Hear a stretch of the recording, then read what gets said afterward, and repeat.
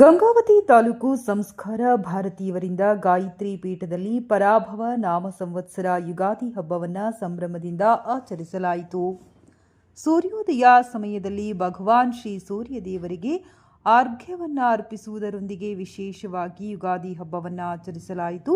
Jayanagar MNM ಪ್ರೌಢಶಾಲೆ ಬೆಟ್ಟದ ಪ್ರದೇಶದಲ್ಲಿರುವ ಶ್ರೀ ಗಾಯತ್ರಿ ದೇವಿ ದೇವಸ್ಥಾನದಲ್ಲಿ ನಡೆದ ಕಾರ್ಯಕ್ರಮದಲ್ಲಿ ಸಂಸ್ಕಾರ ಭಾರತೀಯ ಎಲ್ಲ ಪದಾಧಿಕಾರಿಗಳು ಪಾಲ್ಗೊಂಡಿದ್ದರು. ಶ್ರೀ ಗಾಯತ್ರಿ ದೇವಿಗೆ ಮಹಾಮಂಗಳಾರತಿ ಮಾಡುವ ಮೂಲಕ ಲೋಕ ಕಲ್ಯಾಣಕ್ಕಾಗಿ ವಿಶೇಷ ಪೂಜೆ ಸಲ್ಲಿಸಲಾಯಿತು.